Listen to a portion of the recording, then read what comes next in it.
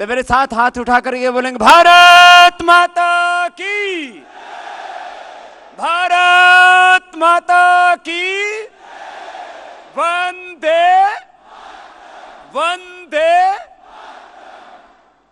भोर से आप यहां बैठे हैं, लेकिन क्योंकि प्रमाद ने आपको परास्त नहीं किया है, पुरुषार्थ के पथ के पथिक हैं आप।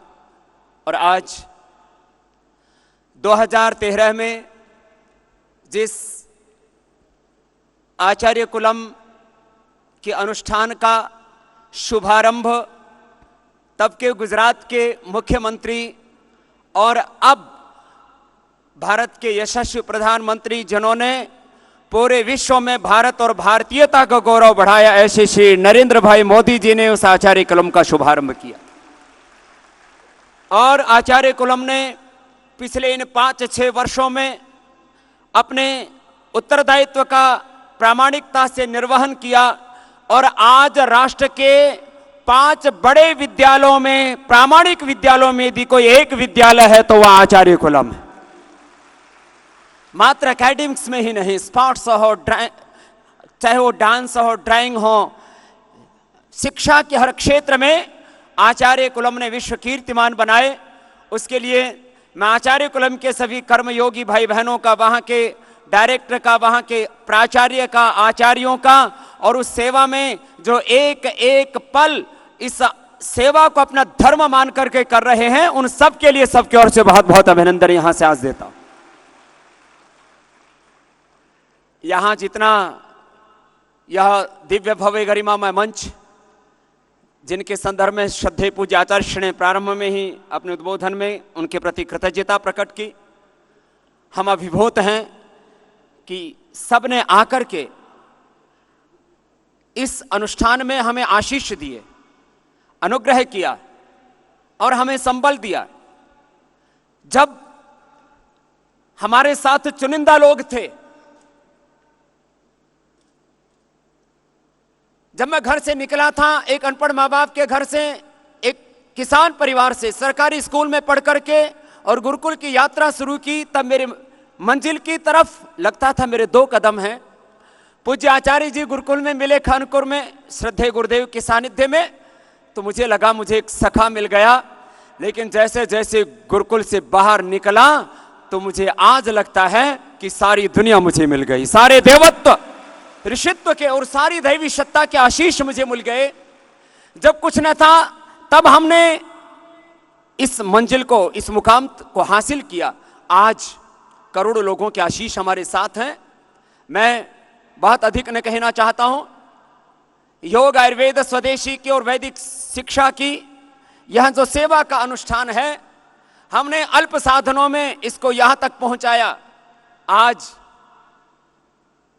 अमित भाई जैसे हमारे समर्थ सखा हैं, आदरणीय मोदी जी जैसे हमारे समर्थ प्रधानमंत्री, और उनका अनन्य प्रेम, उनकी आत्मीयता हमारे साथ, और इस देश के कोटि जनों की श्रद्धा, उनका विश्वास हमारी ताकत है। पूज्य संत महापुरुषों का अनुग्रह, उनका आशीष हमारा संबल है। पूज्य आचार्य श्री जैसे युग शिल्पी हमारे इस अनुष्ठान में, इस पूरे आंदोलन में हमारे प्राणभूत हैं। मैं यही कहना चाहता हूं कि जब हमारे पास में अल्प साधन थे, तब हमने योग, आयुर्वेद और स्वदेशी को एक शिखर आरोहण दिया। आज तो यह समष्टि के आशीष हमारे साथ में है। शिक्षा के क्षेत्र में एक अभिनव क्रांति पतंजलि योग पीठ की ओर से होगी। योग क्रांति से उसका सूत्रपात हुआ। अब शिक्षा की क्रांति, शिक्षा की आजादी, चिकित्सा की आजादी, भाषा की आजादी, इस देश में जो स्वावलंबन की, स्वाभिमान की, आत्मगौरव की यह जो पूरी यात्रा है, इसको हम ऐसे ही आगे बढ़ाएंगे। पहले हमने, जब कुछ नहीं था, तब ये पतंजलि योगपीठ, जब 2002 में इसका शिलान्यास कर दिया गया, 2004 में इसका निर्माण बहुत बड़े रूप में चल रहा था। पूज्य आचार्य जी ने मेरे से एक बार बोला, 100 करोड़ से ज्यादा पतंजलि योगपीठ में लगने वाला है, मेरे पास तो 2 करोड़ भी नहीं है, कैसे आगे बढ़ेगा। हमने कहा, हमने एक संकल्प लिया है उसकी पूर्ति भी भगवान करेंगे। पतंजलि योगपीठ भी बना, पतंजलि आयुर्वेद भी बना, सैकड़ों नहीं हजारों करोड़ का यह आध्यात्मिक साम्राज्य खड़ा हुआ। ध्येय मार्ग पर चले वीर तो पीछे अब न निहारो, हिम्मत कभी ना हारो वीरो, हिम्मत कभी ना हारो। तुम मनुष्य हो, शक्ति तुम्हारे जीवन का संबल है, और न सोचो आज तुम्हारे साथ कहां तक जगह है। लक्ष्य प्राप्त की बलिवेदी पर अपना तन मन वारो, अपना सर्वस्व अर्पण करके हमने इस यात्रा को यहां तक पहुंचाया है। और यह तो इस शिक्षा की क्रांति में एक कदम भर है। आचार्य कुलम पतंजलि गुरुकुलम पतंजलि विश्वविद्यालय लगभग 10,000 विद्यार्थियों का यह विद्या का संकुल इस वर्ष दिसंबर तक पूरा हो जाएगा, और आगे हमारा लक्ष्य है कि 1 लाख विद्यार्थियों की क्षमता का विश्व का सर्वश्रेष्ठ विश्वविद्यालय पतंजलि बनाएगा। और जो प्राचीन काल में पूरे विश्व के लोग भारत में आकर के शिक्षा दीक्षा लिया करते थे, उस आदर्श को हम अपने हाथों से अपनी आंखों के सामने मूर्त रूप लेता हुआ देखें। चाहे इसमें 10, 20, 25, 50 हजार करोड़ लगे, जो इस देश के लोगों का आशीष हमें मिला है, इस स्वदेशी के से हमें जो संबल मिला है, उस अर्थ को तो हम इस परमार्थ में लगाएंगे ही। स्वामी श्रद्धानंद जी ने जब गुरुकुल कांगड़ी प्रारंभ किया तो उनके पास कोई साधन न थे। महामना मदन मोहन मालवीय जी ने जब काशी हिंदू विश्वविद्यालय प्रारंभ किया तो उनके पास में कोई बहुत बड़ी सत्ता साम्राज्य और बहुत बड़ा उनके पास ऐश्वर्य नहीं था, लेकिन उन्होंने दान मांग करके, भीख मांग करके उस समय के देश के सर्वश्रेष्ठ विश्वविद्यालय बना दिए। आज तो करोड़ों हाथ हमारे साथ हैं, हम एक नया विश्व कीर्तिमान यहां से घड़ सकते हैं।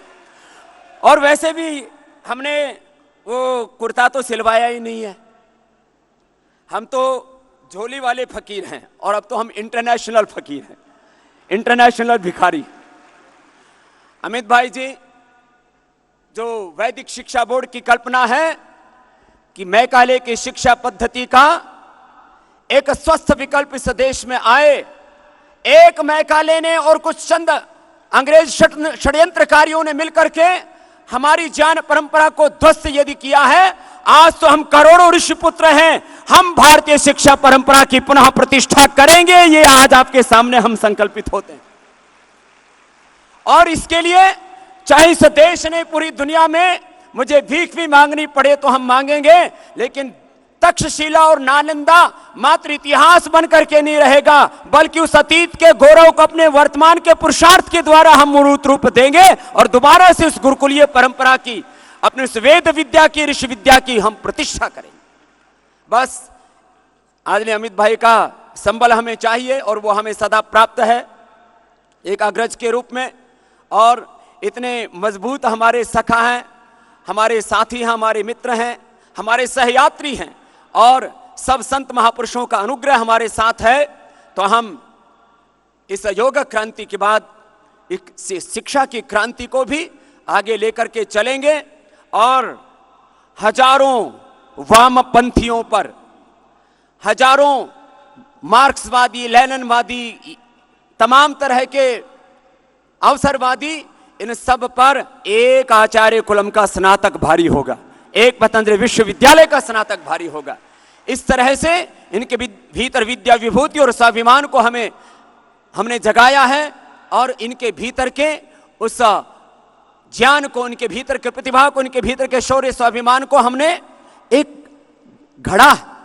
आज मैं अंत में आदरणीय अमित भाई जी को हमने इस अनुष्ठान के उद्घाटन के लिए आमंत्रित किया, उन्होंने सहर्ष हमें इतना समय दिया। बहुत तरह की व्यस्तताएं हैं, उनके ऊपर बहुत बड़े उत्तरदायित्व हैं।